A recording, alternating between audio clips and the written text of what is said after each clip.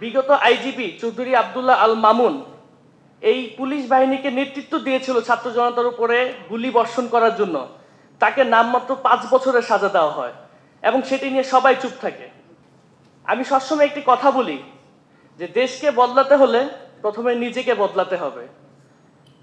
আমরা যদি নিজেদেরকে বদলাতে না পারি আমরা দেশকে বদলাতে পারবো না। আমার কাছে আরো দুঃখ লাগে যখন জুলাই গণঅভ্যুত্থানের যে বিচার কার্যক্রম হচ্ছে সেখানে আমরা দেখতে পাই যে যেই পুলিশ সদস্যটি শহীদ আনাসকে গুলি করেছে তাকে নামমাত্র 3 বছরের সাজা দেওয়া হয়।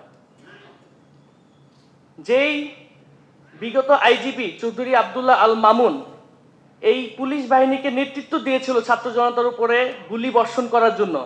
তাকে নামমাত্র 5 বছরের সাজা দেওয়া হয় এবং সেটি নিয়ে সবাই চুপ থাকে।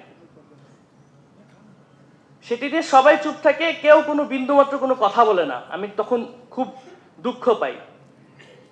তাই আমার সকলের কাছে অনুরোধ যে আপনারা সবাই মিলে যাতে শহীদদের এবং জুলাই আগস্ট গণঅভ্যুত্থানের যে আকাঙ্ক্ষার বাংলাদেশ, সেই আকাঙ্ক্ষা গড়তে পারি, সেই লক্ষ্যে যাতে আমরা সম্মিলিতভাবে কাজ করে যাই।